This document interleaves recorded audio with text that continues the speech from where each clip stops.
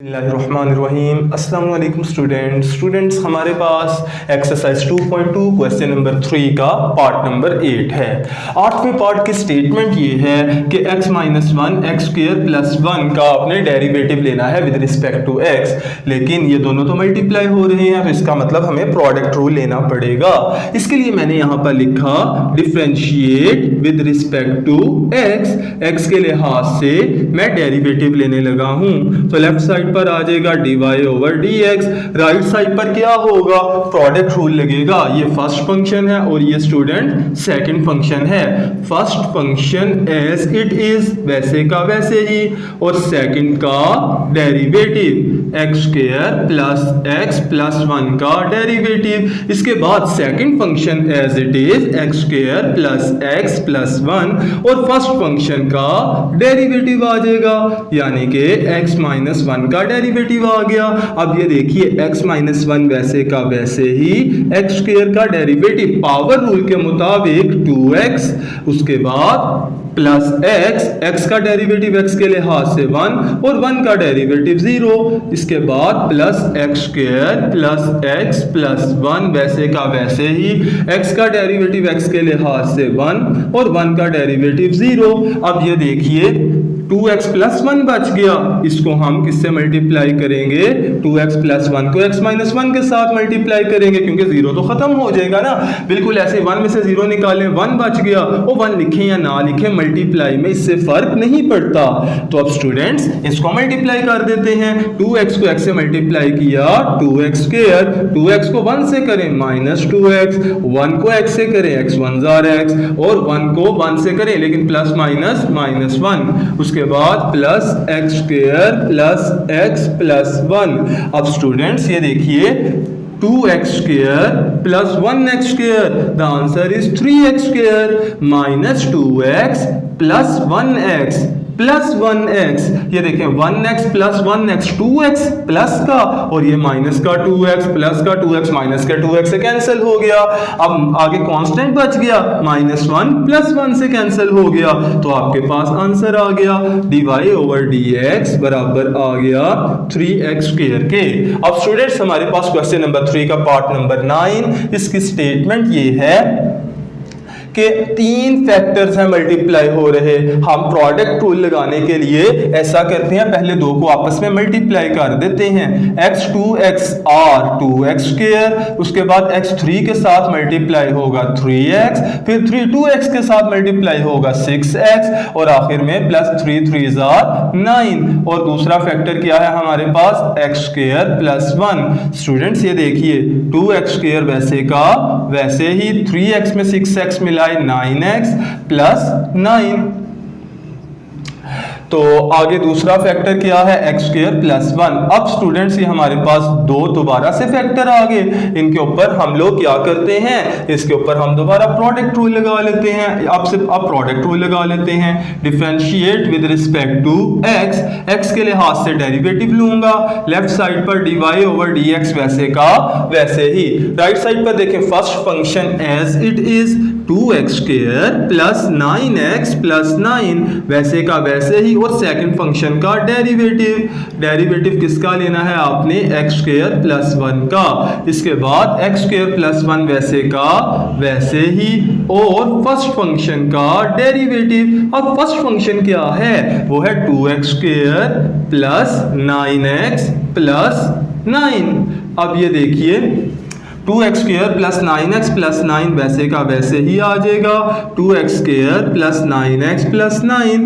x square का derivative क्या होगा, पावर रूल के मुताबिक पावर शुरू में और वेरिएबल की पावर में एक कमी।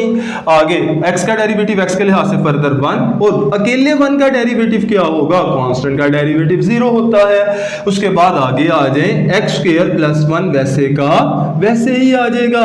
अब इसका डेरिवेटिव लेना है 2 बाहर, x स्क्वायर का डेरिवेटिव अभी तो लिखा था x स्क्वायर का 2x, उसके बाद 9x, 9 वेरिएबल है, x कांस्टेंट 9 कांस्टेंट है, x वेरिएबल है, 9 वैसे ही, x का डेरिवेटिव x के लिहाज से 1, और अकेले 9 का कांस्टेंट का डेरिवेटिव 0 आ जाएगा।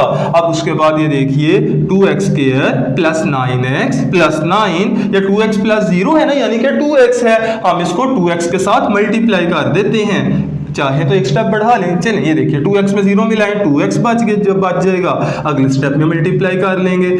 ये वाला फैक्टर वैसे का वैसे ही लिख देते हैं, बिल्कुल वैसे ही स्टूडेंट्स। ये देखिए 2 2 jar 4x plus 9 1 jar 9, 4x plus 9, क्योंकि 0 को मिलाएं या ना मिलाएं कोई फर्क नहीं पड़ेगा। और यहाँ पर क्या नंबर है, यहाँ पर फैक्टर है x स्क्वायर प्लस 1। अब पहले इनको मल्टीप्लाई करते हैं, 2 2 जार 4, x और x स्क्वायर x क्यूब, उसके बाद 2 9 जार 18, x और x x स्क्वायर, उसके बाद 2 9 जार 18, x वैसे का वैसे ही। उसके बाद इसको मल्टीप्लाई करना है, x स्क्वायर 4x स्क्वायर के साथ मल्टीप्लाई होकर 4x का क्यूब, x स्क्वायर 9 के साथ मल्टीप्लाई होकर 9x स्क्वायर, 1 4x के साथ मल्टीप्लाई होकर 4x और 1 9 के साथ मल्टीप्लाई होकर 9 आएगा। अब स्टूडेंट्स सेम पावर वाली रकमें इकट्ठी कर लेते हैं, 4x cube plus 4x cube, इसका मतलब 8x क्यूब। अब x स्क्वायर वाले 18x square plus 9x square, 18 में 9 मिलाएं तो 27 आ जाएगा। और आखिर में 18x जमा 4x, 18 में 4 मिलाएं तो 22x आएगा। और आखिर में कांस्टेंट 9 वैसे का वैसे ही आ जाएगा। तो स्टूडेंट्स ये आपके पास क्वेश्चन नंबर 3 का आंसर है।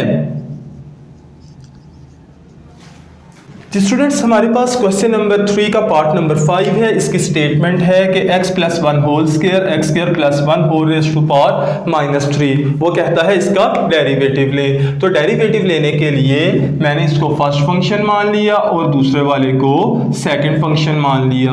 मैंने यहाँ पर लिखा differentiate with respect to x। मैं x के लिहाज से डेरिवेटिव ले रहा हूँ। लेफ्ट साइड पर dy ओवर dx वैसे का वैसे ही रहेगा।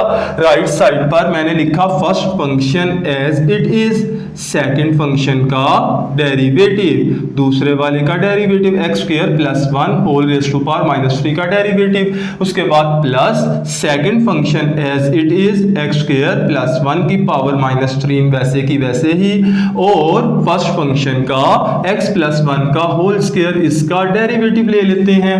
अब ये देखिए x प्लस 1 होल स्क्वायर वैसे का वैसे ही आ जाएगा। इसके ऊपर पावर माइनस 3 है ना, तो इस पर पावर रूल लगा, माइनस 3 शुरू में आ गई, x स्क्वायर प्लस 1 इसकी पावर में एक कमी कर दी, माइनस 3 पहले ही था, एक और माइनस कर दिया, और फर्दर डेरिवेटिव हम लेंगे बगैर ऊपर वाली पावर के, यानी कि x स्क्वायर प्लस 1 का लेंगे। इसी तरह से प्लस, अब अगली टर्म पे आ जाए तो x स्क्वायर प्लस 1 की पावर माइनस 3 बाहर आ जाएगा, और x प्लस 1 की पावर का होल स्क्वायर है, इसका डेरिवेटिव ले लेते हैं। 2 शुरू में आ जाएगा और x प्लस 1 की पावर में एक कमी हो जाएगी। ये देखिए 2 में से 1 माइनस कर दिया। आगे फर्दर डेरिवेटिव मैं ले रहा हूं, किसका ले रहा हूं, x प्लस 1 का ले रहा हूं, और ऊपर पावर नहीं लिखूंगा। आगे ये देखिए स्टूडेंट्स, x